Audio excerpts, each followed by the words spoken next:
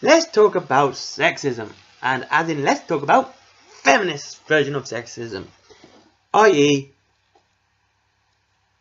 power plus prejudice equals sexism. Ergo, those in power using sexism is sexist. So i.e. a male can't be sexist because they have systemic power. Let's talk about the power and control will for domestic abuse.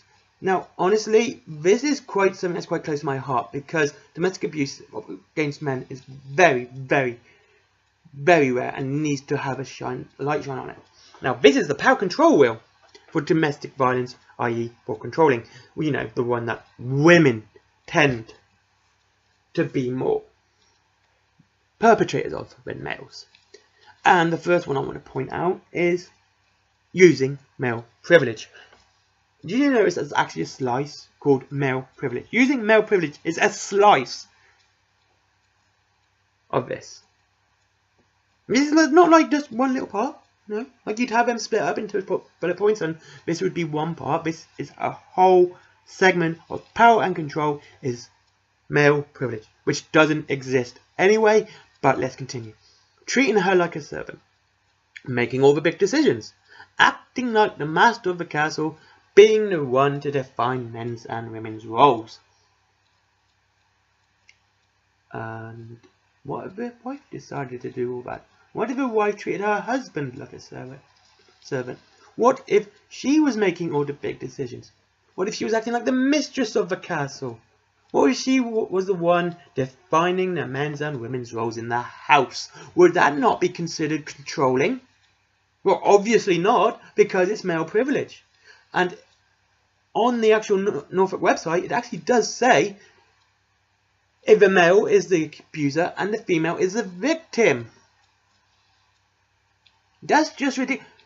I would like to see a feminist actually back that up, that male privilege is actually a form of control when it isn't. And that a woman could do all those things and not be considered a controlling entity in a relationship. Because if it's controlling for one, it's controlling for the other. That would be called a domineering. Not using male privilege, it would be considered domineering. Nothing else. But they want to use male privilege so they can actually excuse women to act like dickheads. And being shit for the rest of their life for a relationship. Making their husbands do all this shit. Oh, I'm not controlling you because it's not part of domestic abuse. Oh, wait, if you did it to me because you're a dude. It is? No. It's not. It doesn't work that way. Okay? And it never will. But we're going to look at this in a bit more detail. Because it actually becomes more clear of how insanely sexist this power and control wheel is. We'll go clockwise from 12 o'clock down, okay?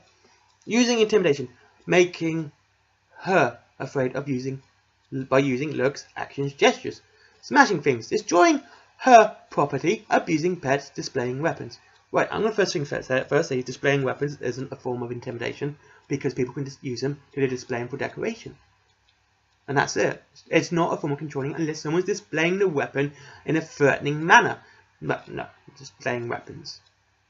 Using emotional abuse.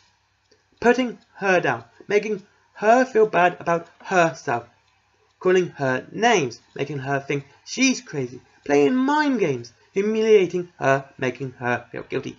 Notice how using emotional abuse, which is usually the one that women are more guilty of than men, they have to use the word her. You'll see this is going to come up a lot. Okay? But it doesn't say making them or putting them down. It says her. It's very much a gendered will, even though it's for domestic violence. And no, I'm not picking this one deliberately because I'm using the one that they used on the government website, the Norfolk Council website, on the one they would download and give to the people in refuges. Okay? Using isolation. Controlling what she does, who she sees and talks to, what she reads, where she goes. Limiting her outside involvement using jealousy to justify actions. Again, these are very much female ways of abuse. This is what women would probably do more. Telling their husband what they can and can't do. Telling who they can speak to. Oh, you can't speak to your ex. Men are like, alright, I'm going to trust you. Don't cheat me, alright? I'm fine. Go out, do what you want. Women, who did you... And women are the more likely ones to read texts and messages. And that's it. Next, minimizing, denying and blaming. Making light of abuse and not taking her concerns about it seriously. I would like to see that actually happen. I have not once, and yes, anecdotal evidence is anecdotal, seen anyone say to a woman, "Ah ha ha, I don't believe you're being abused by your husband." Ha ha ha, no. But I've seen it with men. And I've seen it with men plenty of times where people have mocked them. And their partners saying, "I'm not abusing him. He's just not a man enough." And then there comes the next one saying the abuse didn't happen. Shifting responsibility for abusive behaviour, saying she caused it. See, this is very much what female would do. Like I said, I've never seen actually men doing any of this, but it's very much a female form of abuse. This is what the perpetrator would do if they were more likely to be female. I said that ass around backwards, but fuck it. Anyway, next, using children. Making her feel guilty about the children. Using the children to relay messages. Using visitation to harass her. Threatening to take the children away. Have you noticed how stopping him from seeing the children is not one of them? Preventing him from seeing the children? But making her feel guilty about the children, that's different. But stopping him from seeing his own children isn't a form of abuse, but making her feel guilty because you can't see your child, because she feels guilty because she's stopping you seeing your child, is a form of abuse. But her stopping you seeing your child isn't abuse. So do you understand how this is why it's so virulently sexist? Because it is not helping anyone except women, and women who are quite happily lie about this so they can remove men from their life. Okay? We've covered male privilege, which is the next one. Using economic abuse. Preventing her from getting or keeping a job. Making her ask for money. Giving her an allowance. Taking her money. Not letting her know about or have access to her family income. I don't know about you, but in most relationships that I've been in, the women have always been the one in charge of the money. They're the ones, if they want to stay home with the kids, they're the one who's going to need the money. They're going to need to look after the kids. They're going to need the money to be it. Men aren't usually the ones that have the money.